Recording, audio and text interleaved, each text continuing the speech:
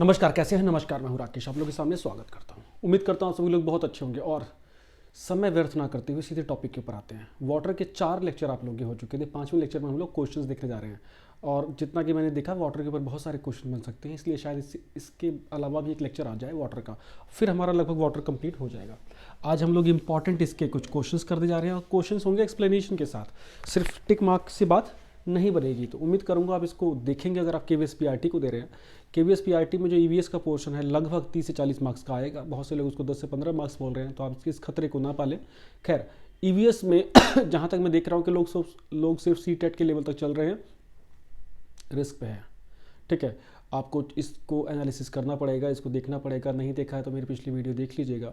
ईमानदारी से बता रहा हूँ, ईवीएस आपका डिफरेंस डालने जा रहा है। ठीक है, चलो चीज़ों को लेकर शुरू करते हैं। और जो टॉपिक दिए गए थे उसमें वाटर एक इंपॉर्टेंट टॉपिक था, उसमें कैसे कैसे क्वेश्चन बन सकते हैं उसकी बात करते हैं। मानव शरीर में कितना जल होता है? ह्यूमन बॉडी में वाटर कंटेंट कितना होता है? ठीक है, पहले इसकी बात करते हैं। एक कई सारे क्वेश्चन देखो बनेंगे। ह्यूमन बॉडी में करीब करीब 70% वाटर कंटेंट होता है, 70% हमारे टोटल वॉल्यूम का। ठीक है, 70% हो गया, फ्लूइड की फॉर्म में होता है। इसी के तहत ब्लड में भी अगर देखें तो ब्लड में हमारा 55% जो पोर्शन होता है ब्लड, वो लिक्विड होता है। क्या होता है? लिक्विड होता है। ये लिक्विड किस से होता है? प्लाज्मा से। प्लाज्मा जो होता है ब्लड के अंदर वही होता है, इसका रीज़न लिक्विड होने का। प्लाज्मा में 90% वाटर होता है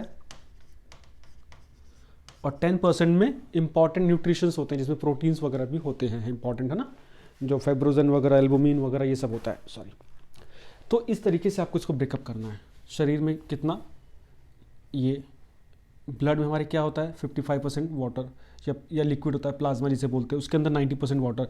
ये सब आपको फिगर आना चाहिए। फिर आदर्श रूप से ह्यूमन को कितना वाटर इंटेक डेली बेसिस पे लेना चाहिए? एटलीस्ट 4 to 5 लीटर्स, है ना, एटलीस्ट 4 से 5 लीटर। ठीक है, ये क्लियर हो गया। अब यहाँ से थोड़ा सा आगे बढ़ें तो ये बोल रहा है कि ओशनिक वाटर को यूज़ क्यों नहीं ले सकते, यूज़ में क्यों नहीं ले सकते। खूब सारे क्वेश्चन आ जाएंगे इसमें, बड़े बेसिक क्वेश्चन बनते हैं, पहले वो डिस्कस करेंगे, अच्छे क्वेश्चन डिस्कस करेंगे। अब क्वेश्चन ये आएगा, सबको पता है जो सॉल्ट होते हैं, कितने होते हैं? क्या होते हैं? सॉल्ट होते हैं। बहुत ज़्यादा सॉल्ट होते हैं, मतलब 1 kg में 200 ग्राम तक सॉल्ट निकल जाते हैं। इतना बड़ा प्रोपोर्शनेट, बहुत बड़ा। इसलिए इसको फिल्टर, ऐसा नहीं कि इसको फिल्टर नहीं किया जा सकता, इसको फिल्टर करने की प्रक्रिया बहुत महंगी है अभी तक, है ना। जैसे सोलर एनर्जी से बिजली बनाने की प्रक्रिया भी महंगी है, तो समुद्री जल को पीने लायक बनाने की प्रक्रिया बहुत ही महंगी और कॉस्टली है। ठीक है, तो ये हो नहीं पाता। क्वेश्चन यहाँ आएगा, कौन कौन से इसमें सॉल्ट रहते हैं? तो खास प्रकार से 6 बड़े सॉल्ट होते हैं। कौन से? एक तो सोडियम, एक क्लोराइड होता है, मैग्नीशियम होता है,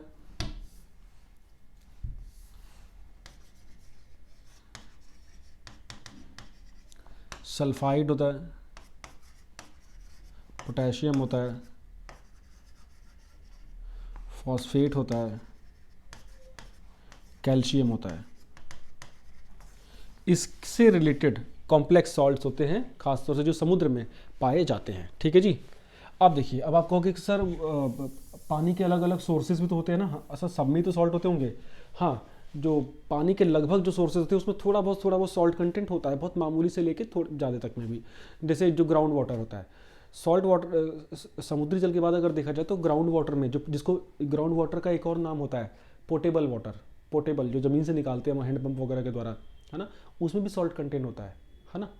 अगर सॉल्ट बिल्कुल ना हो ना तो वो तो प्योरेस्ट फॉर्म ऑफ वाटर होती है, वो सिर्फ एक में होता है, वो रेन वाटर होता है। तो ध्यान देना, क्वेश्चन आता है प्योरेस्ट फॉर्म ऑफ वाटर क्या है, लिखो इसको। जब लिखोगे ना क्वेश्चन को, तब पता लगेगा कितने क्वेश्चन छापे हैं। मेहनत आपको भी तो करनी पड़ेगी, सिर्फ मैं ही यहाँ रामायण नहीं गिरूंगा, रामायण आपको भी पढ़नी पड़ेगी, हाथों से लिख के बनना पड़ेगा तुलसीदास। ठीक है, तब ताकत के साथ, तब कॉन्फिडेंस आएगा, तब खुश हो गए आप। नहीं तो दुनिया भर के चैनलों पे घूमो, पागलों की तरह क्वेश्चंस को देखो, कुछ हिलेगा नहीं, कुछ आएगा नहीं, बस परेशान होकर घूमते रहो, एक टॉपिक हिलेगा नहीं। लिखना सीखो बच्चे, पॉज कर करके देखो, लिखो। मैं एक पेज में 6-7 क्वेश्चन डिस्कस कर चुका हूँ। तो मैं कहाँ था यार? हाँ, तो ये 6 तरह के सॉल्ट बता दिए। फिर पोर्टेबल वाटर किसको बोलते हैं? भूमिगत जल को बोलते हैं बच्चे ना, ये क्वेश्चन आया हुआ है। भूमिगत जल, परेशान नहीं होना।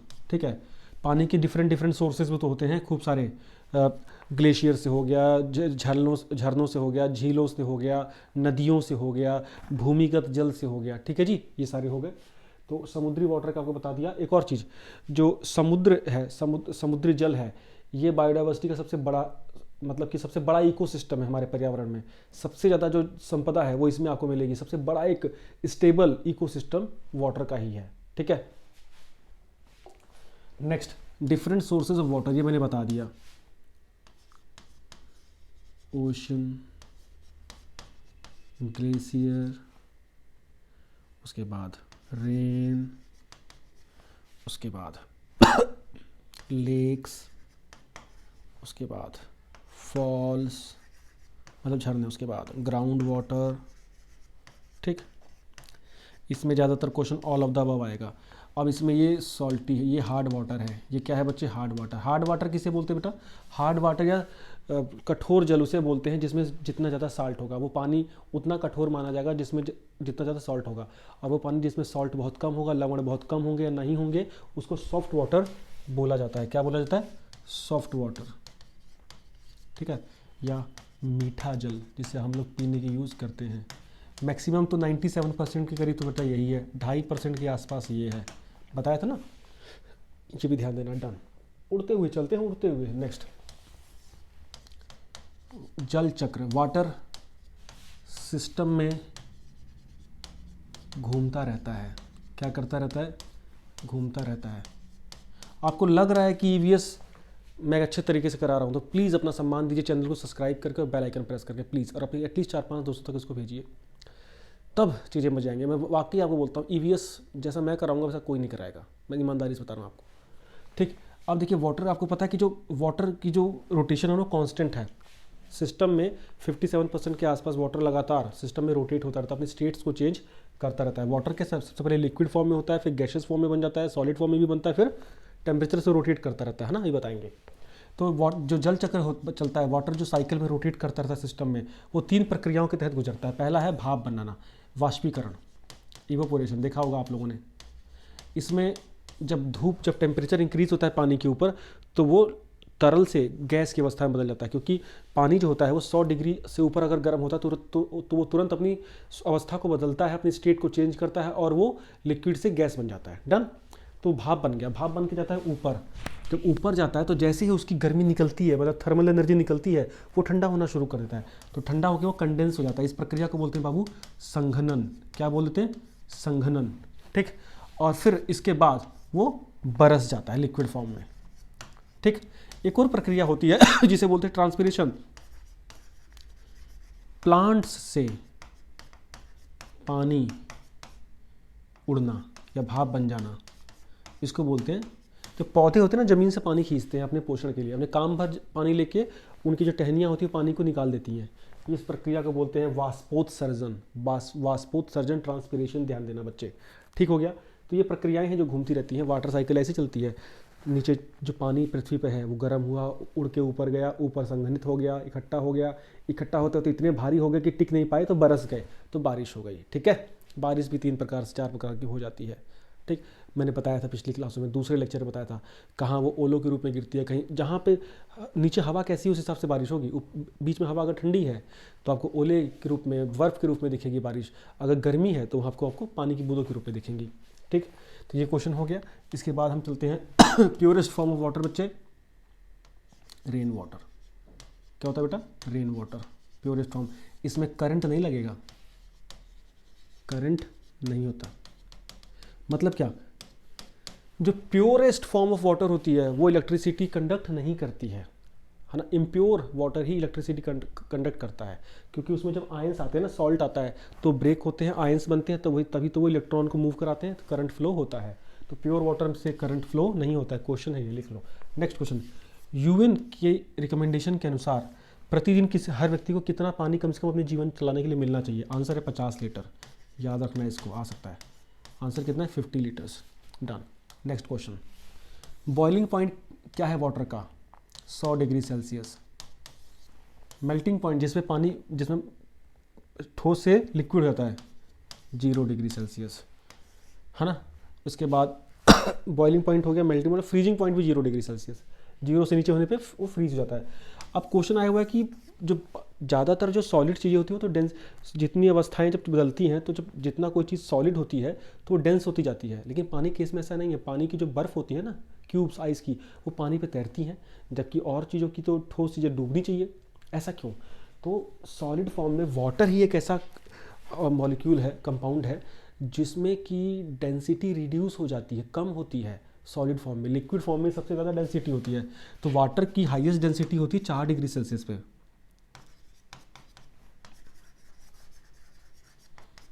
वाटर की हाईएस्ट डेंसिटी बच्चे 4 डिग्री सेल्सियस पे होती है, ना कि 0 या माइनस वगैरह पे। तो इसीलिए क्यूब तैरती रहती है। ठीक है, चलो नेक्स्ट क्वेश्चन। एसी कार से आप बाहर निकलते हैं, ह्यूमिडिटी है बाहर, है ना, आप एसी कार में थे,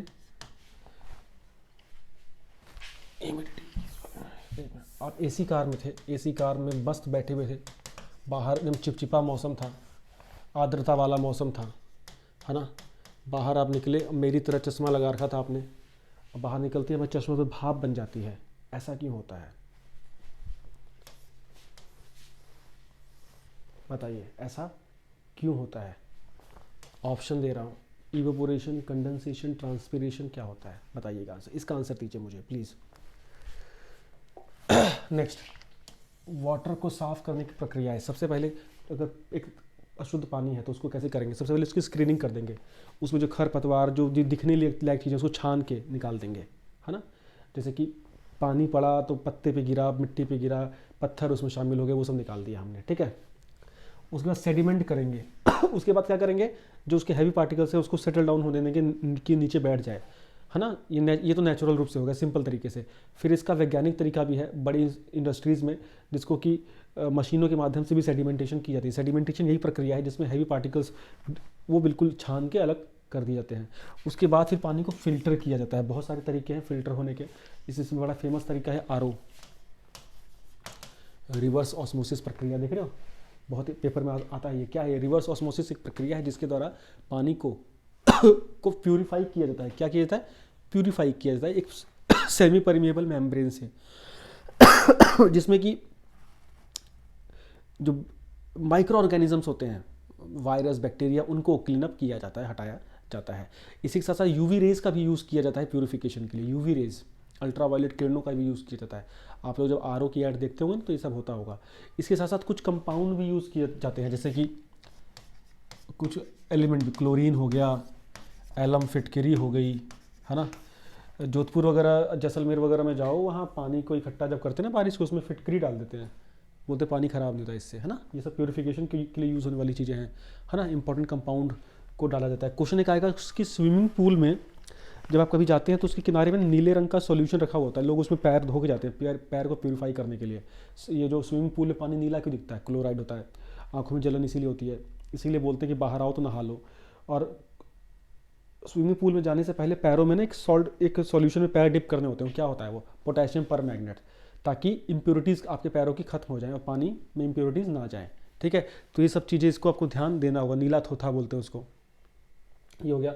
और डिसइंफेक्टेंट वही होता है कि पानी में, डिसइंफेक्टेंट में क्लोरीन वगैरह सब यूज़ होते हैं ना, कि डिसइंफेक्ट मतलब इसमें अगर जो भी चीज़ें हैं वो नष्ट हो जाए, जैसे क्लोरीन वगैरह हो गया, एलम हो गया, पोटेशियम परमैंगनेट हो गया। ठीक है, नेक्स्ट, वाटर बॉर्न डिजीज़। पानी से भैया, खराब पानी पीने से बीमारियाँ बहुत होती हैं। इंपॉर्टेंट बीमारियाँ याद रखना, टाइफाइड बहुत इंपॉर्टेंट बीमारी है। इसे बैक्टीरिया, ज़्यादातर बैक्टीरिया, गंदे पानी में बैक्टीरिया आ जाते हैं और उसकी वजह से बीमारियाँ होती हैं। तो टाइफाइड बहुत फेमस डिजीज़ है। इसके बाद कॉलरा इसके बाद हेपेटाइटिस। ये तो सबसे बड़ी 3 बीमारियाँ हैं।